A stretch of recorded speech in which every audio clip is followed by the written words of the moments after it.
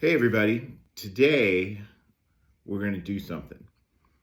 And this involves my dog Sam. Sam, say hello to everybody. And one of the things that I've had Sam for about, 2.5 years now. It'll be three. Yeah, three this summer. Sam is kind of a pit bull mix. Really the best dog that I've probably ever had. Just no trouble whatsoever, except for one thing. And that thing involves his nails. When I first got him, I'd had dogs before, and so I kind of know how to deal with them and all that kind of thing. But with other dogs that I had, I take them to the vet and go, for whatever the appointment was, and be like, "Hey, can you guys trim their nails? Like, can you just do that?" And they'd be like, "Yeah, sure." And then they just kind of do it, and the dog would be like, "Okay, whatever, not a problem." That is not his jam.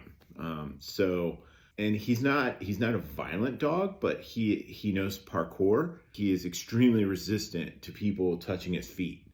He also doesn't like to get his feet wet. He doesn't like extensive snow or ice outside. He doesn't like it when it rains. He jumps over puddles. He's that kind of thing, and giving him a bath is a total other thing. But we'll talk about that at a different time. I tried all these different ways to try to get him to let me trim his nails, and he was just not having it. What I mean by that is, like, if you go to grab his foot, he's like not super happy about it, and he'll be like, "No." And that's just mildly putting it. Otherwise, he would get up, run around, go all over the place, and make it impossible for you to get a hold of his feet to trim his nails. The first thing I tried was waiting until he fell asleep, surreptitiously grabbing a paw really gently, and then trimming a nail real quick. And sometimes I might be able to get two. That was about it. And for anybody who's asking or thinking, I walk him every day, and he does wear his nails down, but they grow back.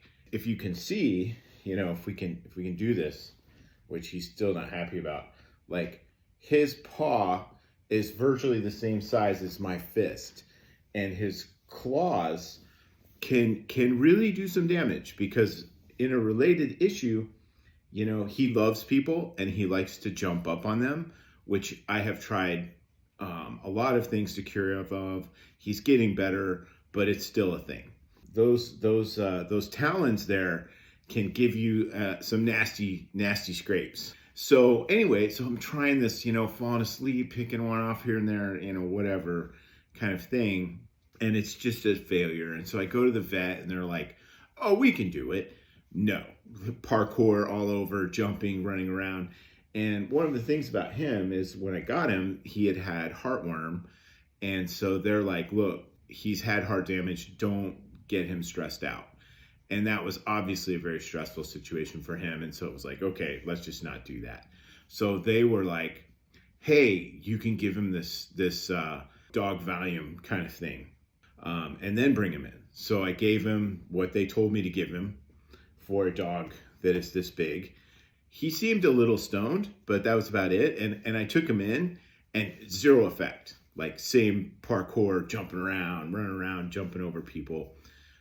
And he can get around. It's interesting. And so they're like, "Well, double the dose." And I'm like, "Okay." So I did that. Same thing. No effect whatsoever. Didn't do anything. And so they're like, "Well, we could sedate him and then trim his nails." And I'm like, I don't know what else to do. And so I didn't feel like that was right, but I did it anyway. And I'm like, dang, this sucks. And then I got the bill for that, which is like, I'm not going to get my dog's nails trimmed every month because I'm going to go broke. I mean, it was like $300. I'm like, no way, that's not going to happen. Sometime back, I saw this video of this lady on Instagram, I think. And basically what she did was she wrapped a piece of plastic around her head. She put peanut butter on her head and then let the dog lick off the peanut butter and trimmed his nails. And she was able to trim all the nails, no problem. And I thought, I'm desperate. I'll try anything. So I did that. And it was only partially successful. It was like I got like 3 nails, but he was, he's a big dog. He got the peanut butter off, and then we were out of peanut butter, and then the magic disappeared. But I thought, you know what? That shows some tentative results. So I'm a scientist. It's an experiment. It was partially successful. And so I thought, okay, we're on to something here with this food deal. That's what we're going to talk about now. So here we are, and he knows what's going on because we're going to trim the nails, right? You know what this means, right? Like, we're going to do this. You know what it is, right? So what do you get for that? Dog ice cream. And so dog ice cream comes, you get it in the same place where you get the normal ice cream in the store. It's kind of high up on the shelf. And this is, I think, bacon ice cream, bacon and cheese ice cream. And so we had a conversation, and it basically went like this, like, hey, dude, we're going to trim the nails. We're going to trim the nails. I'm going to trade you dog ice cream for trimming the nails. He was down with that trade. It was like when I was done with it, I felt like I got all of his front nails trimmed, and I filed them also. Being an artist has advantages where you have stuff like this laying around. I got this ice cream. I got all his nails done. His back ones aren't as big of an issue. I felt like I'd won the Olympics. And so I'm going to show you how we do this with the ice cream. And hopefully it will help you and also be funny. Okay, we're going to trim the nails, right? And we got the ice cream, so I'm going to give you the ice cream. You got to let me trim the nails. Okay? You know the deal? Okay, here you go. You got it?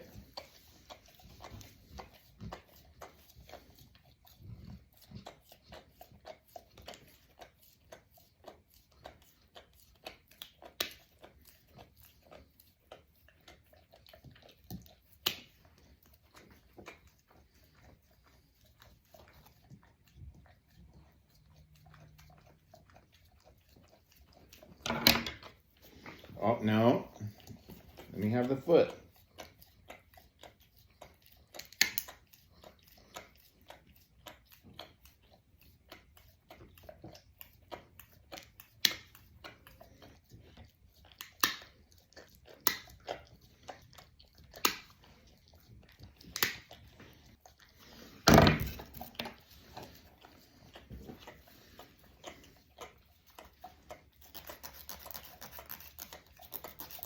Good job, buddy. Oh, no, no. Here you go.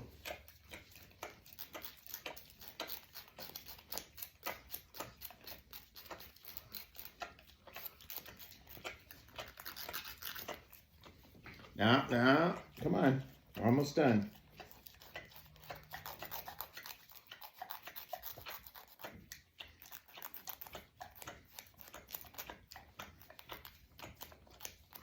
Come on. No.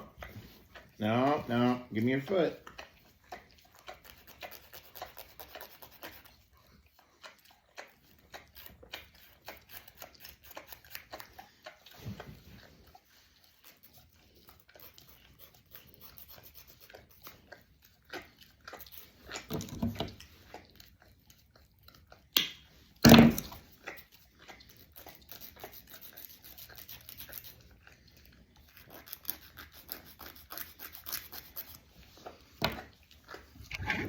Okay, that's it. We got it. We got all the front nails done. And, really pretty easy peasy. And I can't tell you how much relief this gave me to be able to do this. Because it's just, him jumping up on somebody and scratching them, which happens. Him jumping up on me and scratching me, that's happened too. And as I said, it's not like it's not the end of the world or anything, but it's unpleasant. He's such a good dog otherwise that getting rid of that issue was like a big deal. Plus, it's not good for them to walk around when their nails are too long. They break and stuff like that. Dog ice cream is like a miracle food for me. You could probably do it with other things with him. I also tried spray cheese. he got through the spray cheese way too quick. And so, because he is a huge cheese fan.